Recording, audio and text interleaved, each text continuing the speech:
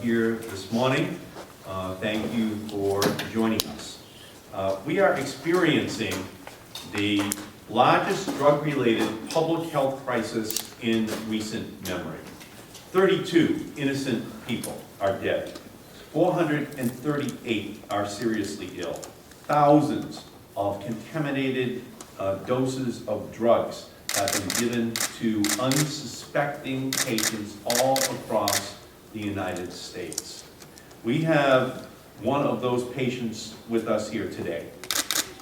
Gerald Cohen will share his story of the pain and the suffering that he has experienced as a result of receiving 2 injections of contaminated drugs from the New England Compounding Center, located in Framingham, Massachusetts, in my congressional district. Sadly, many more may still be waiting to hear conclusively of a possible dreaded diagnosis of meningitis.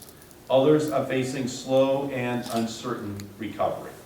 Tragically, this isn't the first time complaints were raised about the New England Compounding Center. For the last decade, complaints about sterility, safety, lack of valid prescriptions, and mass production of drugs have been lodged against this company. These previous complaints are nearly identical to what has led to this deadly outbreak. The New England Compounding Center fell into a regulatory black hole, and for years exploited gaps in state and federal oversight, leaving patients like Mr. Cohen to face the devastating consequences. New England Compounding Center masqueraded as a compounding pharmacy in an effort to avoid more stringent regulation. And while it was compounding drugs, it was compounding risks, manufacturing complex drugs in bulk and sending them over state lines in violation of its pharmacy license. It is now clear that NECC distributed sensitive drugs prepared in unsanitary conditions and violated state and federal regulations and perpetrated a fraud. So the question is, how could they have perpetrated this unbelievable incident without detection? How could they have sent these drugs across state lines, causing this tragic outbreak without there have been complete and total detection of what they were doing? Those are the questions that we have to get the answer to. Those are the things that we have to ensure never again occur within the United States. The answer is partially found in this report that I released last month. I had my staff of scientists put together a report which had as its goal the intent of finding out how this could have happened, and in fact what needs to be done in order to ensure that it never occurs again. My report found that compounding pharmacies are governed by fragmented regulations. In 1997, after the Food and Drug Administration raised concerns that many compounding pharmacies were operating more like drug manufacturers, Congress gave the FDA the authority to regulate for safety. The FDA, unfortunately, 2 days before this new law was set to take effect, 7 pharmacies sued to get the law thrown out, and they succeeded. Ever since then, the FDA's efforts to assure the safety of compounding pharmacies has been challenged at nearly every juncture by some members of the compounding pharmacy sector. Alarmingly, NECC isn't the only company that has exploited this regulatory black hole. My report shows that even before the current outbreak, there were at least 23 deaths and 86 serious illnesses or injuries associated with unsafe compounding pharmacy practices. The FDA has tried to rein in the activities of dozens of compounding pharmacies, even with the constant threat of litigation, but the FDA needs help. In the wake of this deadly outbreak, the FDA has clearly said that it needs Congress to give it new authority to effectively protect patients and oversee compounding pharmacies nationwide. Massachusetts Governor DeVal Patrick and his team have moved aggressively to investigate the problems at NECC and have put in place emergency measures to help prevent such a tragedy from ever happening again.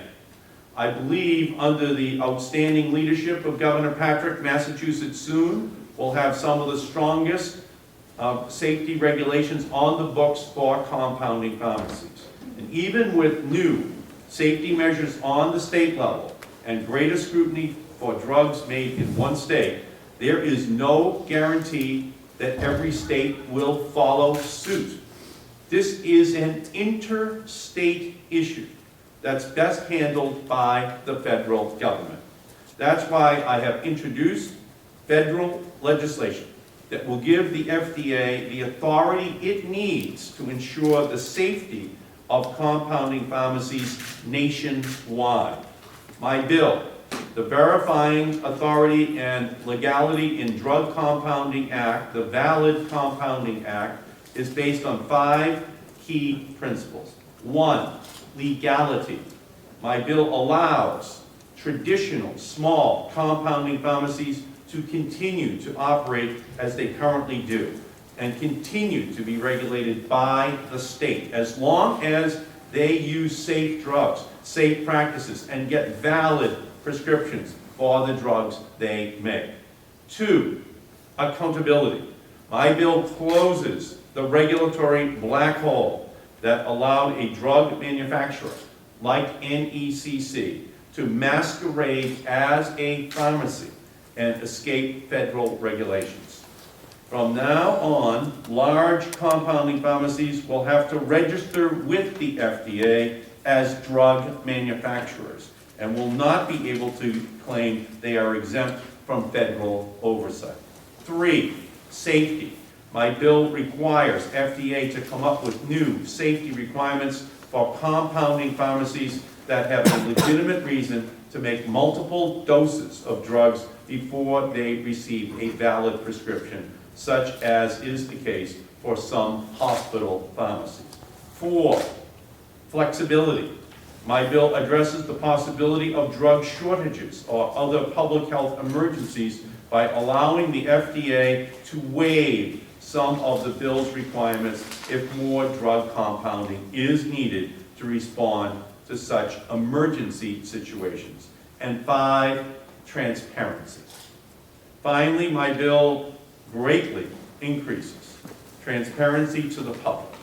All compounded drugs must be labeled to ensure that recipients know that the drugs have not been tested for safety or effectiveness by the FDA. And any reports of bad reactions to compounded drugs or any drug that poses a safety risk must also be reported to the FDA so that patients aren't given drugs that are known to have caused health problems. I am pleased that my bill has been endorsed by several scientific, consumer, and patient groups, including the National Research Center for Women and Families, whose president, Dr. Diana Zuckerman, is here today. I look forward to working with my colleagues in Congress on a bipartisan basis to move this legislation forward. The longer these compounding pharmacy federal loopholes are allowed to remain on the books, the longer patients are at risk. Congress must use this opportunity to act to prevent this country from repeating the mistakes of the past. Now, I would like to introduce and welcome Gerald Cohen. Mr. Cohen is a 71-year-old retired businessman from Pikesville, Maryland, who just celebrated his 46-year wedding anniversary with his wife, Harriet. When he was not volunteering for the Red Cross, Mr. Cohen enjoyed gardening and walking and spending time with his daughter and 3 grandchildren. Because of persistent back pain, Mr. Cohen sometimes received steroid injections He has received several between 2009 and 2010 with no complications. Unfortunately, his next 2 doses in August and September came from the contaminated lots made by the New England Compounding Center. Mr. Cohen and his wife have traveled here today to tell us their story. Welcome, Jerry Cohen. Thank you. Thank you very much.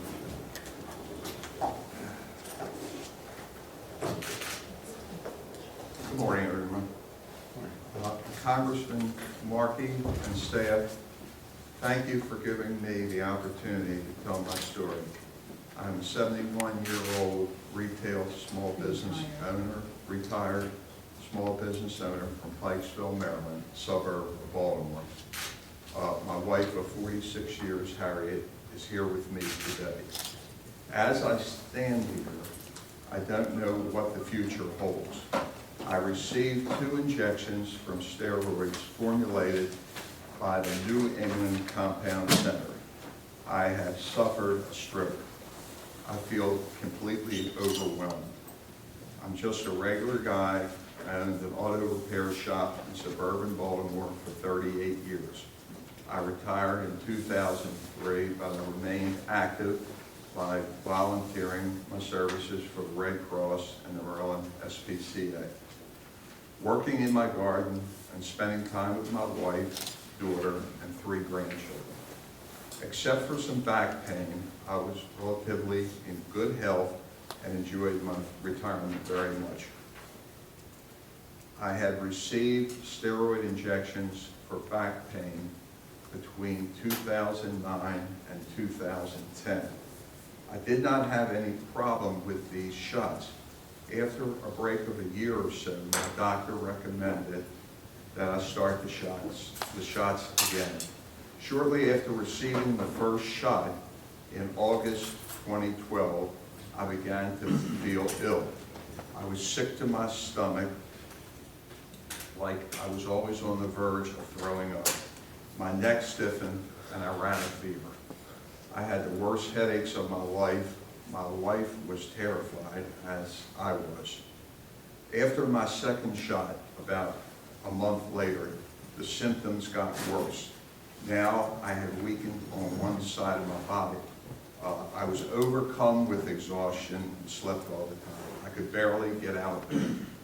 Soon after, a health official called me at home. The first thing he told me was that this was an unusual call for him. He told me that he had made many telephone calls, but that I was the first person he had to call who had received 2 doses from contaminated lots of a drug made by this New England compound company. I was overcome with fear. A couple days later, after nearly falling down the stairs, because I had such terrible trouble with walking and keeping my balance, I said something to my wife that I never said before in my life. I told her I thought I was dying, and I ended up having a stroke and was hospitalized. At the hospital, I had a spinal tap to test fungal meningitis. You can't imagine how painful it is. Unfortunately, the tests were inconclusive, so I have to go through it again after 30 days. I still have lots of these symptoms, and I feel that many are getting worse. Now I'm experiencing memory loss, confusion, and mood swings. I'm still tired all the time. I had to give up my many hobbies and cut back on volunteer work. Thank God for my family. But now I have to depend more and more on my wife, and I fear it's starting to take a heavy toll on her. This is not how I thought my retirement would be. Despite this catastrophe that has befallen me and my family, I remain optimistic. I am hopeful that this epidemic will lead to constructive change in the way compound pharmacies are regulated, inspected, and punished for violation of safety laws. First, it is my hope that government agencies fully investigate what happened. They also need to give the opportunity to do what's necessary to inspect all facilities and levy heavy punishments on those pharmacies who break the rules.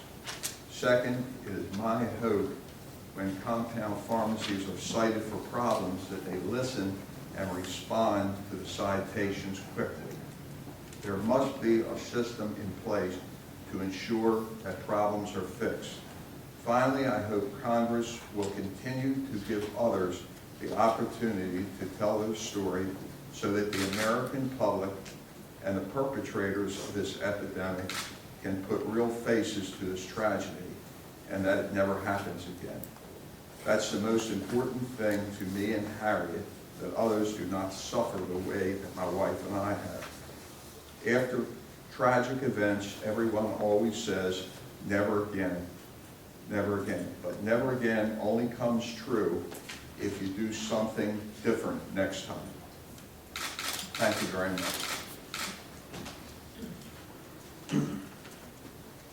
Thank you so much. And now we're going to hear from Dr. Diana Zuckerman. Dr. Zuckerman is president of the National Research Center for Women and Families, a national think tank that focuses on patient safety. They do not accept funding from pharmaceutical companies and are concerned with unbiased sources of information on medical products and policies. Dr. Zuckerman's perspective is as a former faculty member at Vassar and Yale, a researcher at Harvard, a fellow at the University of Pennsylvania Center for Bioethics, and former congressional investigator on FDA policies. Last year, she was elected into the Women in Medicine International Hall of Fame. She is well-respected, widely published. Dr. Diana Zuckerman, thank you for being here. Thank you so much for the opportunity to be here. As you all know, the FDA is supposed to make sure that all medical products are safe and effective. And unfortunately, that does not always happen, as you've heard today. And the human costs are great, and the financial costs are also great. There are several giant loopholes in FDA law currently, including loopholes for compounding pharmacies, and also loopholes for companies that call themselves compounding pharmacies, but might not actually be compounding pharmacies. That loophole is enormous, and that's why hundreds of people are now sick, and so many have died. And that's just the tip of the iceberg. There are many other, there are thousands of patients like Jerry who are waiting to hear what's going to happen to them. And we're not just talking about these particular injections. There are other medications that we also have to be concerned about and that have caused very serious problems, including cancer medications and other medications where the dose was not what it was supposed to be when they were made by other compounding pharmacies. So although we can blame this one pharmacy in Massachusetts, there are many other compounding pharmacies that we're also very concerned about. So there's really enough blame to go around, and I don't want to play the blame game today. Obviously, the bottom line is that when companies make medical products, you would expect them to care and to make sure that they're safe and effective. But when the law does not require it, unfortunately, some companies don't bother. The innocent victims, of course, are the patients who trusted the FDA and trusted their doctors to make sure that the medical products that they were using were safe and effective.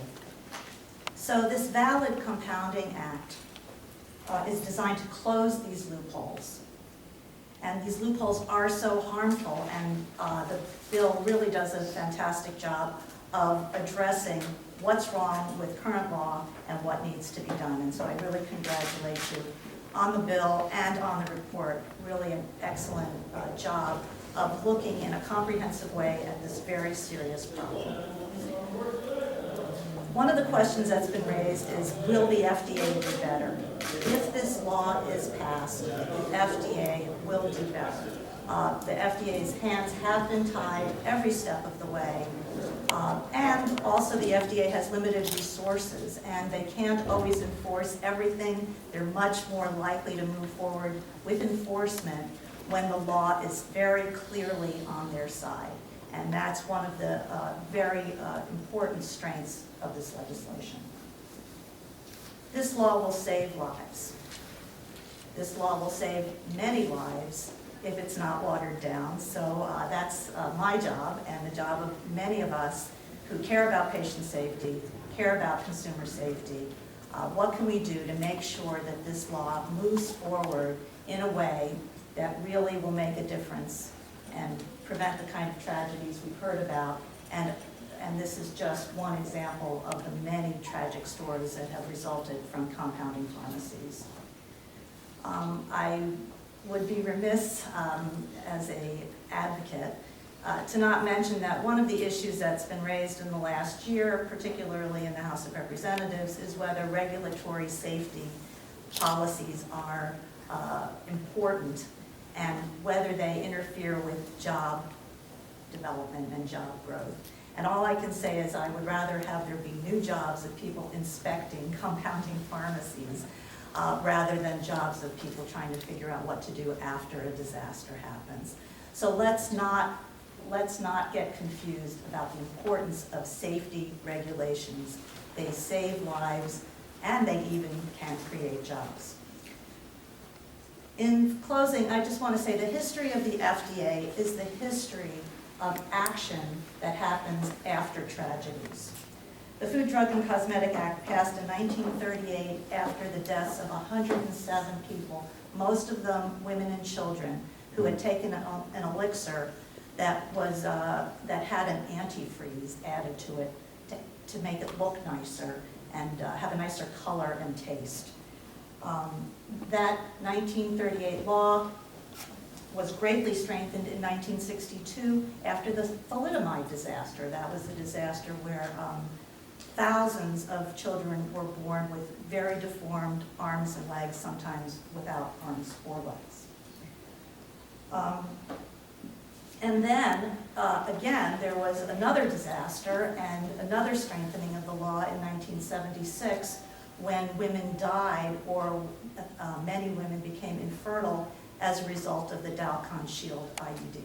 So these kinds of tragedies are part of the FDA history, and it's terrible that action only happens after the tragedies. But that's the way it's been throughout history, and it's still a very important opportunity for us to make a difference in the future, to save lives in the future by having a law that really will protect patients from unsafe and ineffective medical products. Thank you. Thank you. So, are there any questions? Can you talk about the importance of enforcing laws? Because as far back as 2003, the FDA had some oversight and was warning state officials in Massachusetts that the practices of NECC could cause serious medical consequences. So if this law is to pass, if you have it, how important is the enforcement of it? The FDA is the cop on the beat. The FDA is responsible for supervising what happens at Merck, what happens at Bayer, what happens at other large pharmaceutical drug companies. Here, NECC fell into a regulatory black hole. It was masquerading as a local pharmacy when it was actually manufacturing drugs like it was a large pharmaceutical company, like Bayer, like Merck, like other companies that are well known and are overseen by the FDA.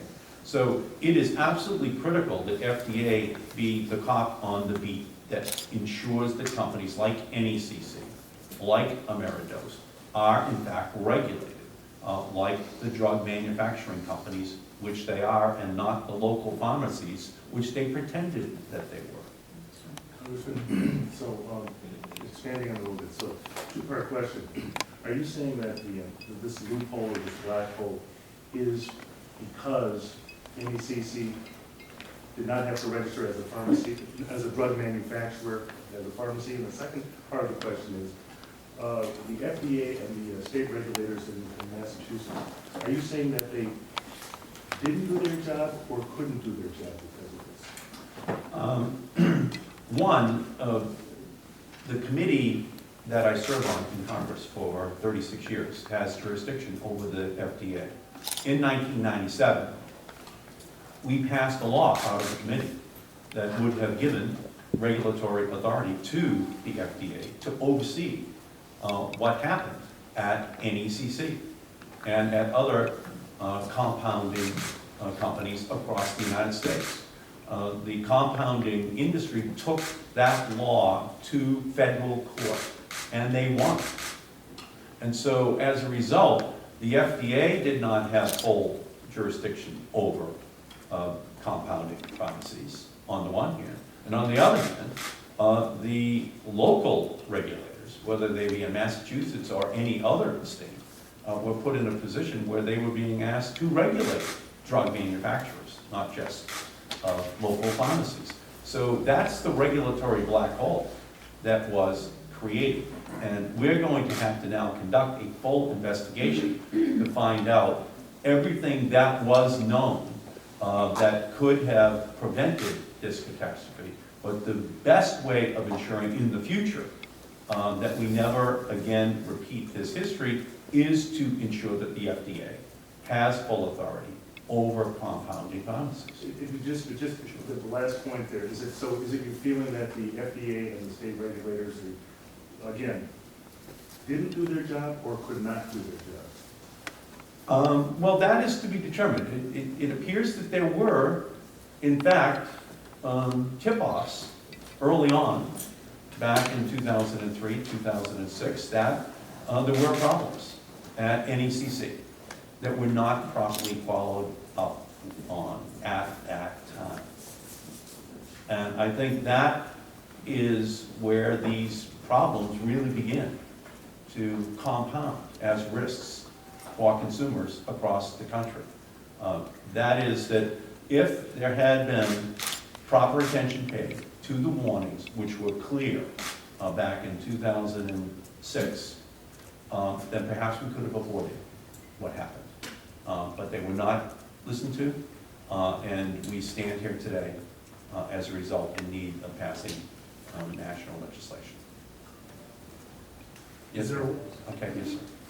Did you get technical input from FDA on this bill, or I guess how did you ensure that this bill would meet all of the issues that the agency's been encountering? Well, I have two PhDs in science on my staff who have worked on this bill for over a month, talking to experts here and across the country.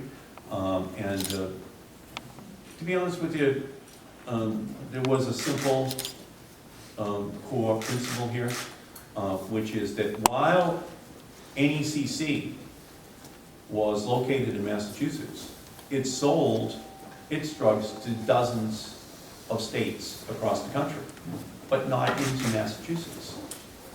But at the same time, there are compounding pharmacies across the country which are selling drugs into Massachusetts without the kind of regulation that would ensure that people in my own home state would be harmed. So the key provision here is to ensure that the FDA has the ability to regulate compounding pharmacies no matter where they are in America. Because if they are not properly regulated, the harm that we're now seeing in so many other states could come back and visit Massachusetts, but not because of NECC, but because of an unregulated compounding pharmacy in another state. Mr. Cohen, would you be okay with the question?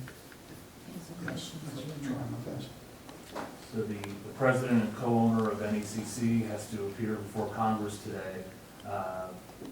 You likely will not answer any questions, but if you had an opportunity to ask Mr. Cadden a question or say anything to him, what would you like to say? Well, I would just like to say to him, how do you feel being responsible for the death of 32 people and also causing people to be ill all the time? And I'm one of the 438, I think, that are in the hospital. How can you live with yourself? How can money mean that much to you? To harm and kill people and leave people definitely ill for the rest of the night. What did you mean when you said that you don't know exactly what the future holds for you? Well, I have problems with my nervous system now. My wife drives me around. So I really don't know. And then also, I live with the fear, I mean, retiring and being with my wife and my daughter and my grandchildren was my life. I spent all my time with them. And sometimes I'm going to a psychologist now because I have tremendous fear of going to sleep one night and not waking up the next day. And I was never like this. I was always a positive, strong, healthy person who's very active. In fact, I volunteered all the time to help people. Questions? Thank you all so much.